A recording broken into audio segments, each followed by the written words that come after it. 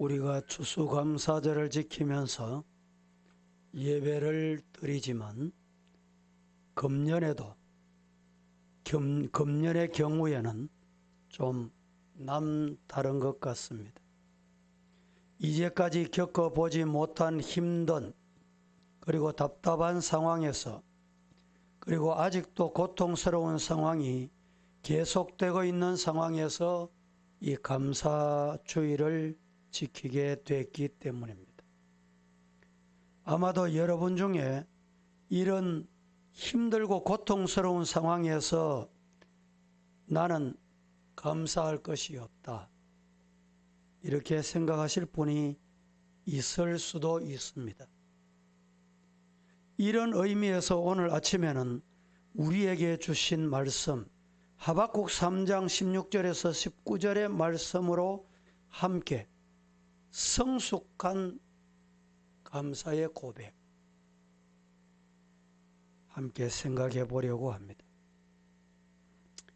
이미 성경은 이런 비슷한 상황에서 감사로 하나님께 예배했던 사람들의 경우가 많이 소개되고 있습니다. 그 중에 오늘 하박국 선지자의 감사입니다. 하박국 선지자의 감사는 우리들이 생각하는 보통 사람들의 감사의 수준을 뛰어넘는다 라는 사실에 놀라지 않을 수 없습니다. 우리들의 경우에는 어떤 것이 주어져서 감사하는 경우가 많습니다. 하지만 하박국 선지자의 경우에는 꼭 있어서 해야 될 감사가 아니라 없음에도 불구하고 감사, 다른 말로 하면 없을지라도 감사, 이 감사가 바로 성숙한 신앙 고백이다. 인생 최대의 과제는 보람있게 사는 것입니다. 즐겁게 사는 것입니다. 여기에 인생의 행복이 있고 삶의 의미가 있기 때문입니다. 보람있게 사는 것은 영원히 후회가 없는 숭고한 가치와 목표가 세워질 때 가능하다는 말입니다.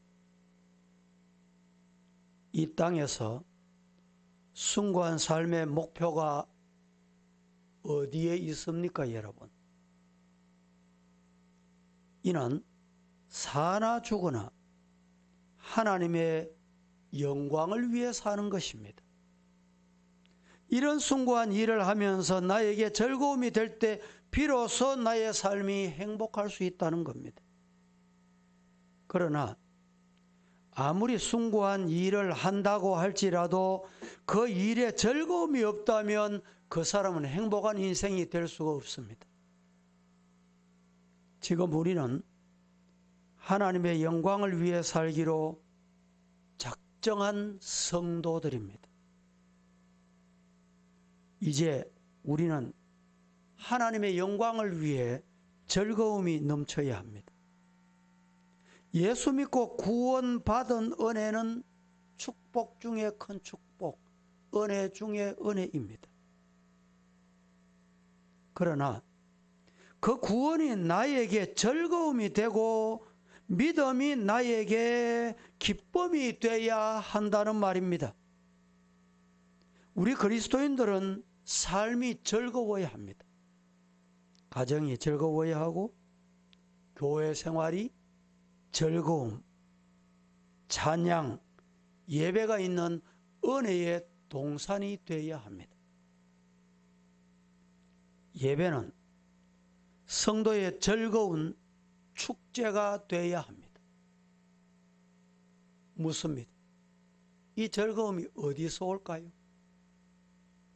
예배는 우리 인생의 축제, 즐거움이어야 한다. 이 즐거움이 어디서 오는 거냐 이 말입니다. 어떻게 오는 거냐 이 말입니다. 있으면 즐겁습니까? 가지면 즐겁습니까? 알면 즐겁습니까?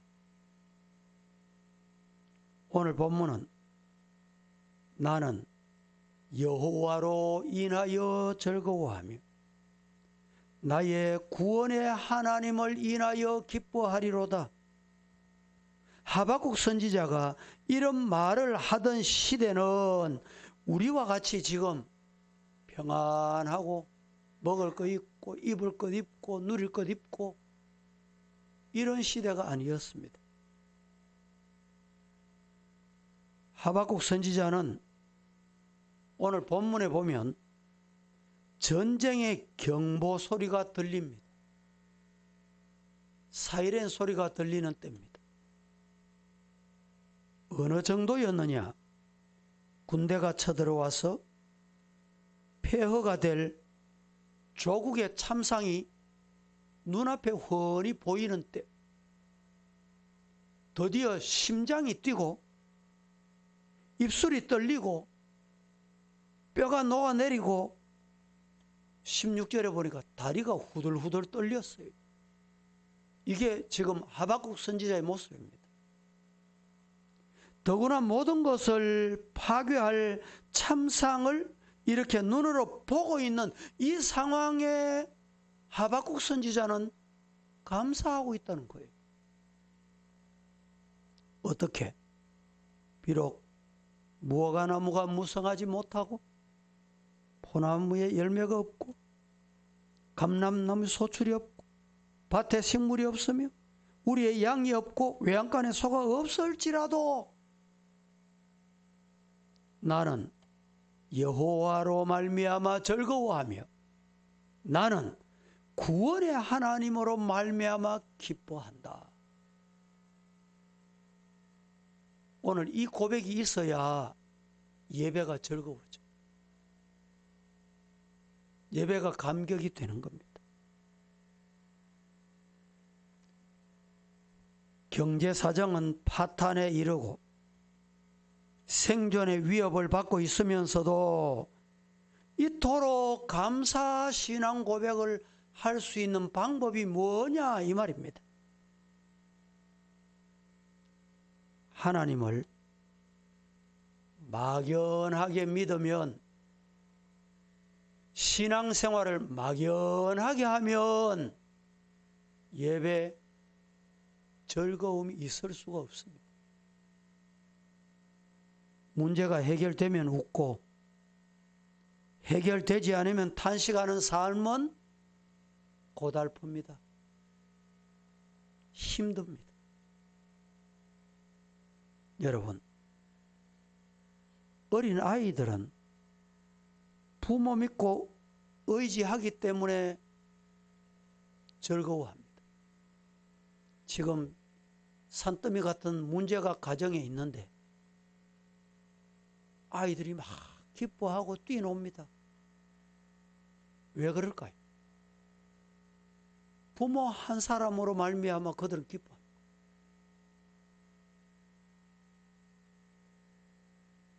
로마서 8장 13절은 이렇게 말합니다. 우리가 알거니와 하나님을 사랑하는 자, 곧 그 뜻대로 부르심을 입은 자들에게는 모든 것이, 따라하십시다. 합력하여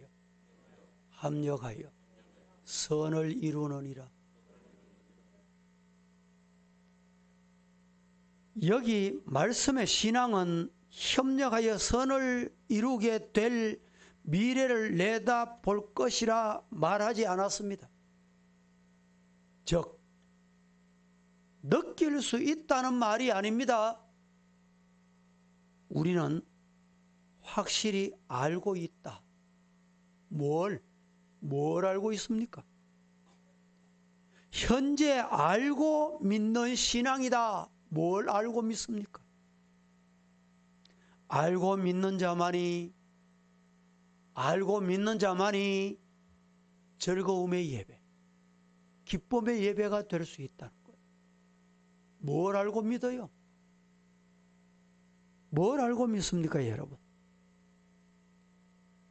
그렇게 되는 사건을 보고, 눈으로 보고 아는 게 아니라 현재 그렇게 일하고 계시는 하나님을 안다. 하나님을 믿는다. 이 믿음이 있어야 예배가 즐거워져요.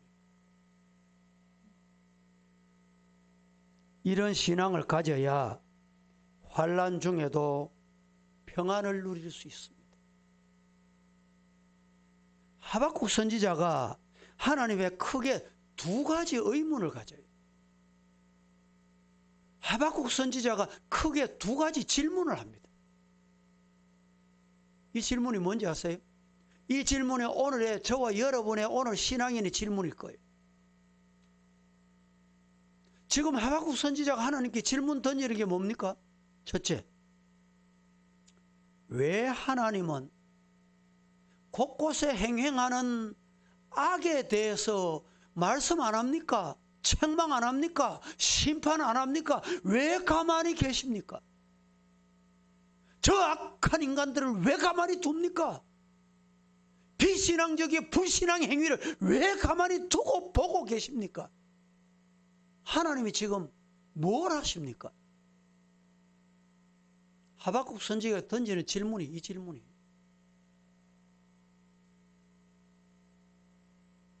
법은 땅에 떨어지고 정의는 없는 듯 끝난 듯 합니다. 못된 자들이 착한 사람을 덩쳐먹는 세상, 정의가 짓밟히는 세상이 되는데 어찌 하나님은 가만히 계십니까? 이 질문을 지금 던지고 있는 거예요. 또 한 가지 질문이 있습니다. 하박국이 어떤 질문을 하고 있습니까? 왜 하나님은 하나님의 백성, 하나님이 선택한 백성, 유다를 심판하시기 위해서 유다보다 더 악한 사람, 유다보다 더 더러운 사람, 유다보다 더 못한 사람 바벨론을 들어서 유다를 치느냐 이 말이죠. 여러분은 그런 질문 없습니까? 아직도 다른 나라에 비해서는 의인의 나라인데, 그리고 유다는 하나님이 구별하여 부르신 선민입니다. 여호와 백성인데 이스라엘보다 더 악한 어떻게 이방을 들어서 유대를 치느냐, 여기에 대한 질문을 던지고 있는 겁니다. 그때 하나님의 대답은 하나입니다. 대단히 중요한 말씀이에요. 하나님 뭐라고 대답해요? 예? 하나님께서 여기에 두 가지 질문에 대해 뭐라고 대답하십니까?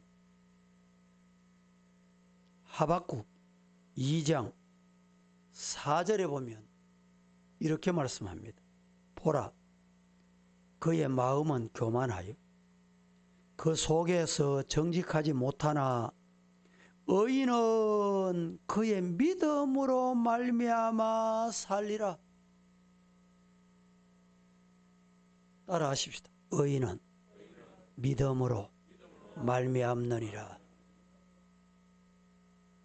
믿음이 있는 사람은 이 말입니다.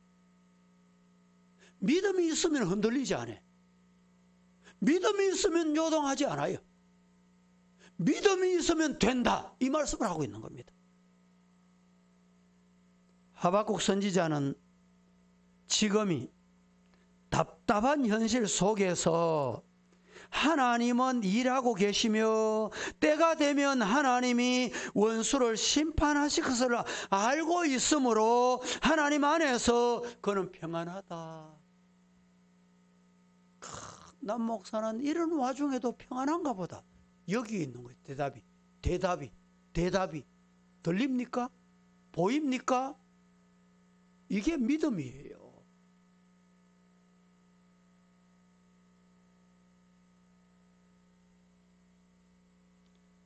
그리스도인은 믿음으로 말미암아 산다. 시작. 믿음으로 얻는 영적 부요가 있을 때 즐거움이 있다. 눈에 보이는 것이 없을지라도 감사가 있고 기쁨이 있고 즐거움이 있는 것은 무엇 때문인가? 17절, 18절 같이 보겠습니다. 본문 시작. 나는 여호와로 말미암아 즐거워하며 나의 구원의 하나님으로 말미암아 기뻐하리로다. 17절부터 읽으면 좀 비록 무화과 나무가 무성하지 못하고 포도나무에 열매가 없으며 감람나무에 소출이 없으며 밭에 식물이 없으며 우리의 양이 없으며 양간에 소가 없을지라도 나는 여호와로 말미암아 하나님 한 분이 내 마음에 계심으로 나의 구원이 하나님께 나옴으로 즐거워한다.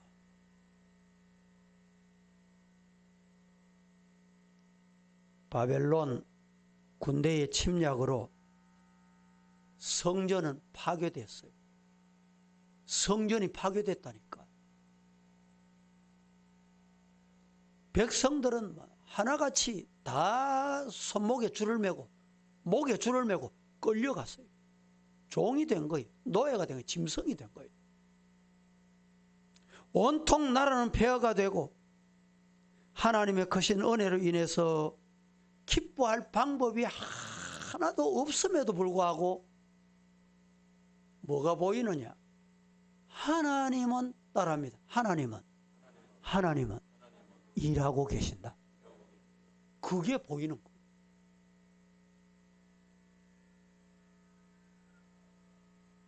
그렇다면 우리의 즐거움은 어디에서 생산되고 창조되는 것일까요?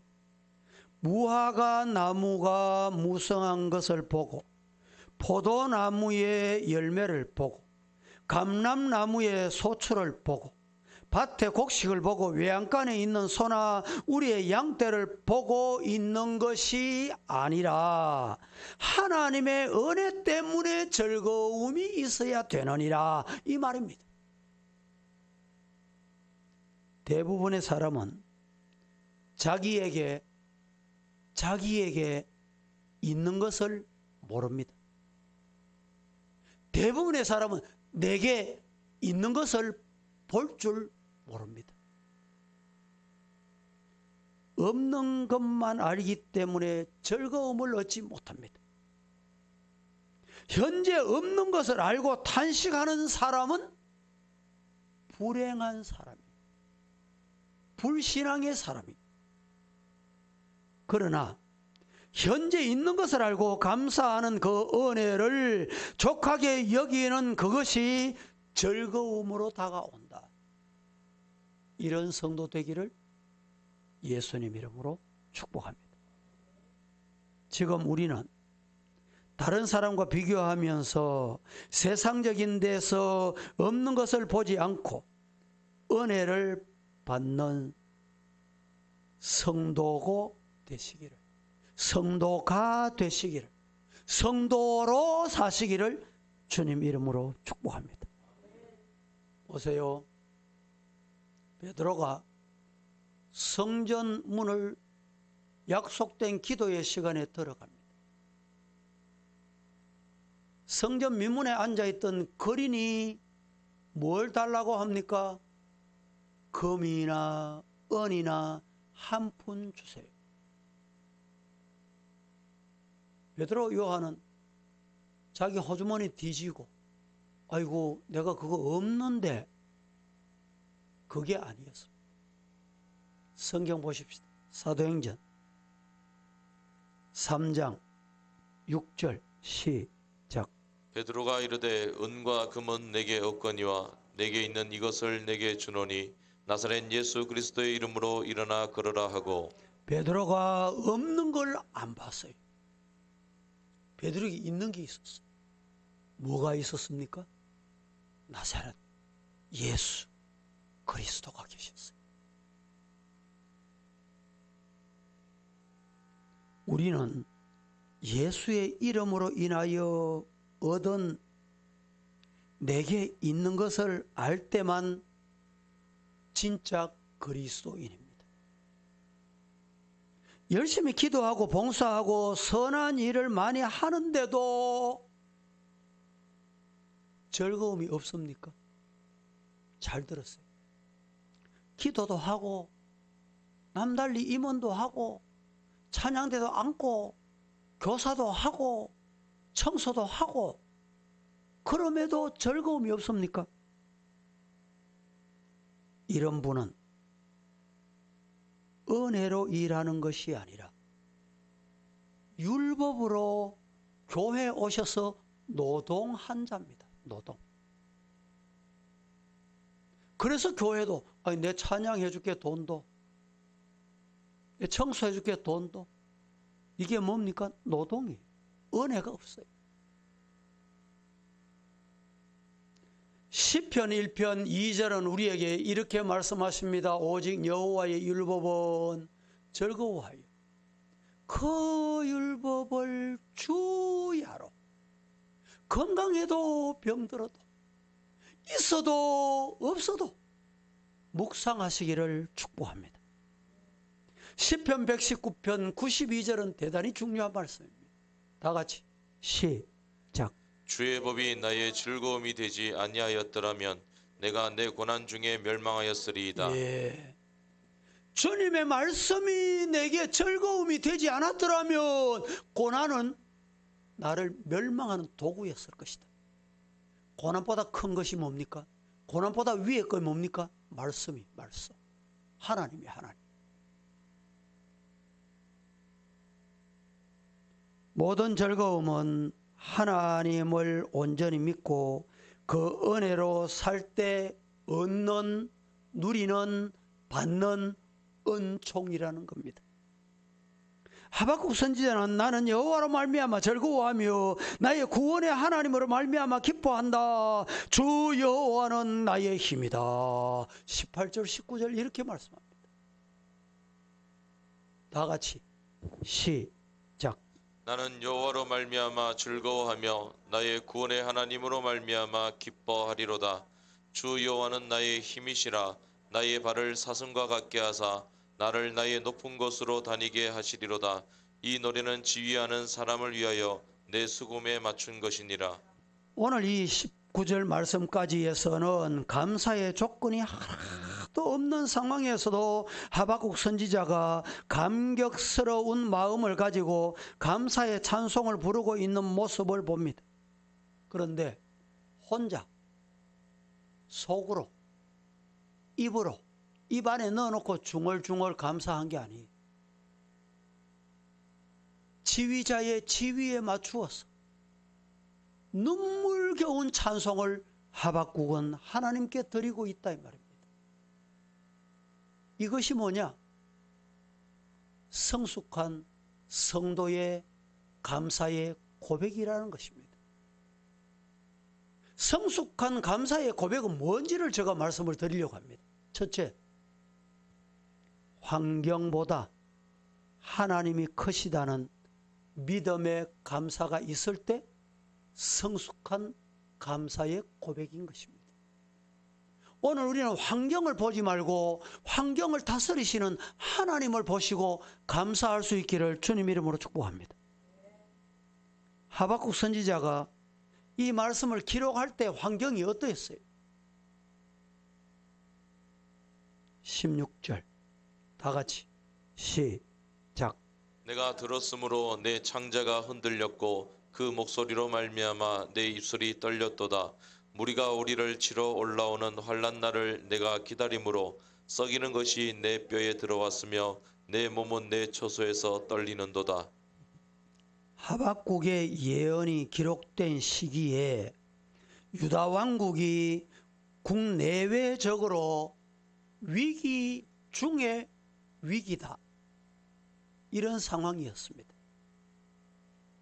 국외적으로는 애굽이 서서히 몰락하는 쇠퇴해가는 상황 하에서 갈대아의 느부갓네살 왕 누구였어요? 바벨론. 이 바벨론을 중심으로 세력을 뻗쳐서 세계를 이제 장악하고 정복하려고 하는 이런 때, 또 국내적으로는 어떠했느냐? 이스라엘 백성이 종교적으로 도덕적으로 타락하고 하나님을 멀리하고 악을 행하고, 드디어는 왕뿐만 아니고 모든 이들이 하나님 보시기에 악을 행하는 이런 국내의 상황이었습니다. 하박국 선지자는 유다의 물질적 번영과 영적 부흥이 점점 쇠퇴하고 나라가 점점 기울어져가는 절망스러운 암울한 시대 상황 속에서 오늘 본문의 내용을 찬송하고 있다, 감사하고 있다는 말이. 바로 이러한 상황에서 하박국 선지자는 하나님 앞에서 감사의 찬송을 올리고 있는 것입니다. 시편에도 보면 감사의 노래들이 많이 있습니다. 그들이 환난과 고난 속에서 시련을 당하면서도 감사할 수 있었던 것은 성숙한 감사, 성숙된 믿음을 가질 때 그들이 가능했다 이 말입니다. 시편 기자는 이렇게 말합니다. 시편 50편 14절 15절 시작. 감사로 하나님께 제사를 드리며 지존하신 이에게 내 소원을 갚으며 환난 날에 나를 부르라. 내가 너를 건지리니 내가 나를 영화롭게 하리로다. 14절에 감사로 제사를 드리며 지존하신 이에게 내 서원을 갚으며,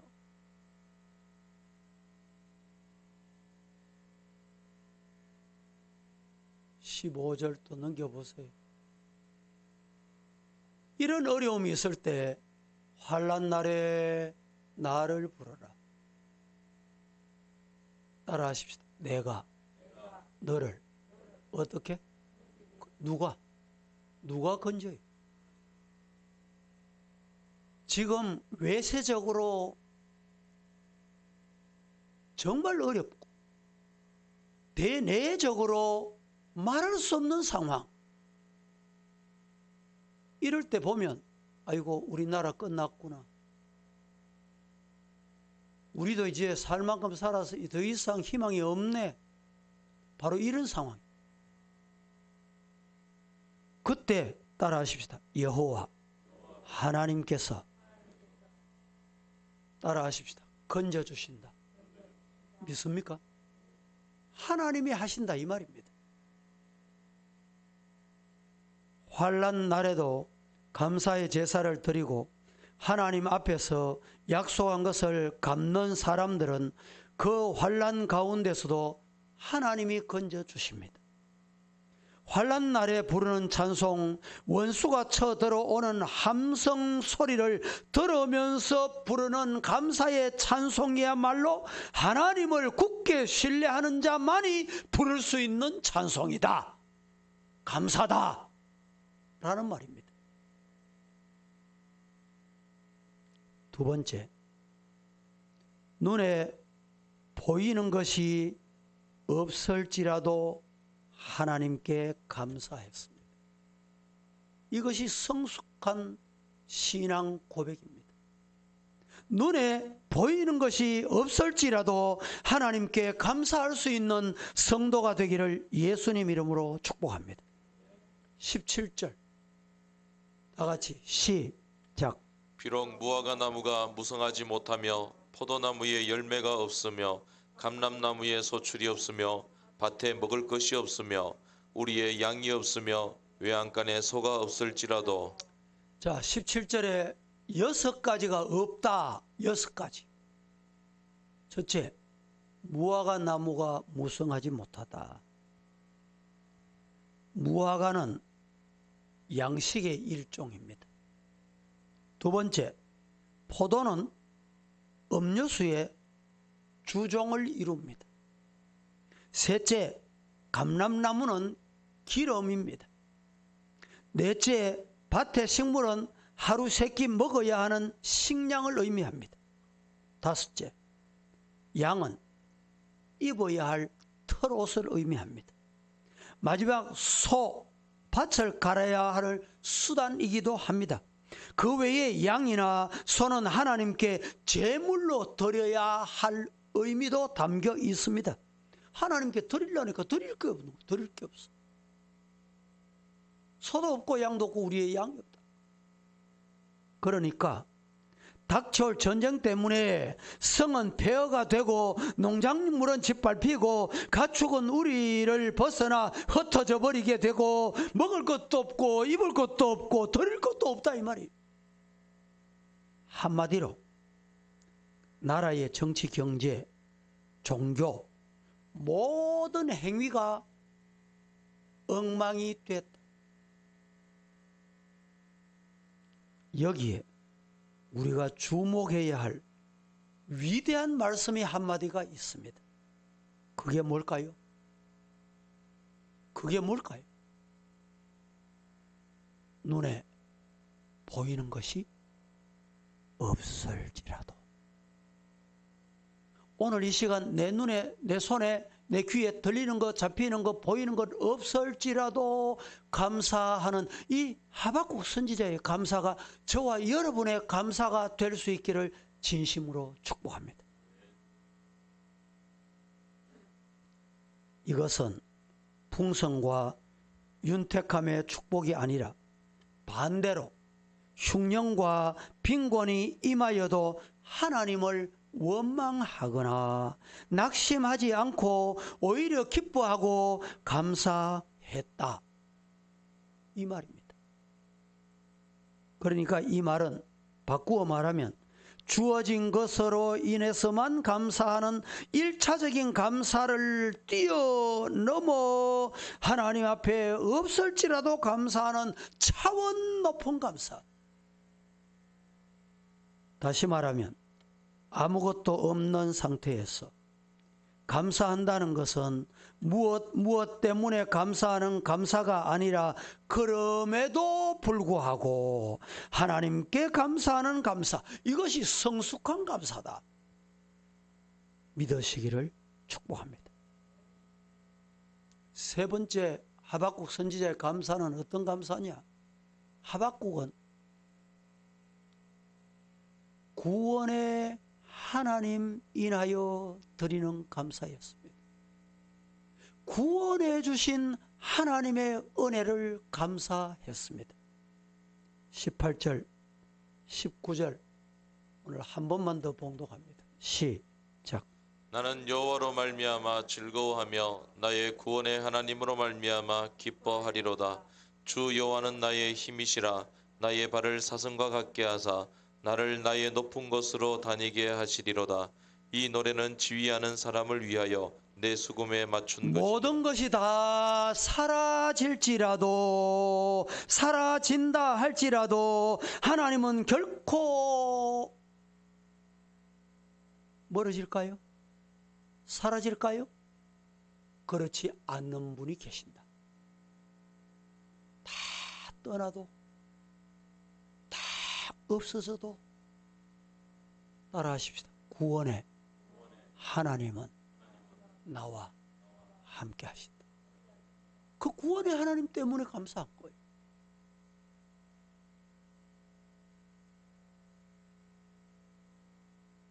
나의 구원의 하나님, 따라하십시다. 나의 힘이 되신 여호와, 그분을 찬양하고 그분께 감사할 수 있기를 주님 이름으로 축복합니다.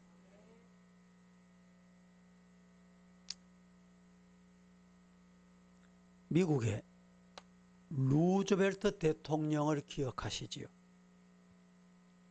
이 루즈벨트 대통령은 요사이는 이런 병이 잘 없습니다만 소아마비 병이었습니다.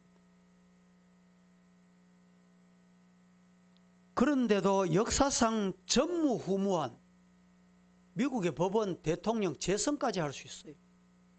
그런데 이때는 이 루즈벨트 대통령이 자그마치 사선을 해서 사선. 사선을 하면서 미국의 대경제공황이 왔을 때 그 대경제공황을 타개하고 2차 대전을 미국을 승리로 이끈 지도자 중에 지도자입니다. 32대 대통령 때 어떤 주간지가 이 루즈벨트 대통령 신체적인 부위를 약점을 잡아서 뭐 좀 비아냥거리고 싶었는데 주간 잡지에 루즈벨트 대통령은 술 주전뱅이 대통령입니다. 이렇게 잡지에 보도를 했습니다. 기분이 언짢았던 그는 보좌관, 비서관 불러서 이 상황을 어떻게 하면 좋겠냐. 비서관들이 당장 잡지사 사장 기자를 불러서 따끔하게 혼을 내야 되겠습니다. 비서관들이 이런 의견을 나누었대요. 루즈벨트는 그것은 권력을 남용하는 것이라는 생각이 잠기게 됐습니다. 그래서 그 방법은 아니 되겠다고 생각을 합니다. 잠시 생각에 잠긴 후에 정식으로 법원에 소송을 제기하자. 대통령이 소송을 제기하자니까 비서관, 서기관들이 깜짝 놀랍니다. 대통령이 본인의 명예가 달려있는 문제니까 방법이 없잖아요. 했습니다. 재판이 열리게 됐는데 많은 방청객이 몰려왔습니다. 대통령에 대한 명예에 관한 예민한 사항만큼 판사는 신중하게 한 사람 한 사람에게 신문하고 이를 종합해서 배심원들과 논의를 하게 됐다고 합니다. 그리고 마지막 판결을 내립니다. 판사의 판결문이 발표가 됩니다. 귀 잡지사는 허위로 판명이 내려졌으니 개인의 명예를 훼손한 것이 인정되는 바 귀사는 대통령에게 손해배상을 지불하라. 판결이 내려지자 사람들은 당연한 결과라고 고개를 끄덕이었습니다. 이제 이 잡지사는 문 닫을 수밖에 없겠구나. 대통령을 상대로 한 재판에 졌으니 배상금이 엄청날 것이라고 생각할 때 판사가 다시 입을 엽니다. 대통령이 요구한 손해배상금은 $1입니다. 이만 재판을 마칩니다. 이래 마쳐졌다는 겁니다. $1. 방청석은 또다시 술렁이기 시작했습니다. 자기 길을 의심한 비서관은 루즈벨트 대통령에게 물었답니다. 각하, 명예훼손의 대가가 고작 $1, 1불밖에 안 됩니까? 루즈벨트 대통령이 허무한 미소를 지어 보이며 말했답니다. 내겐 손해배상금의 의미이라네.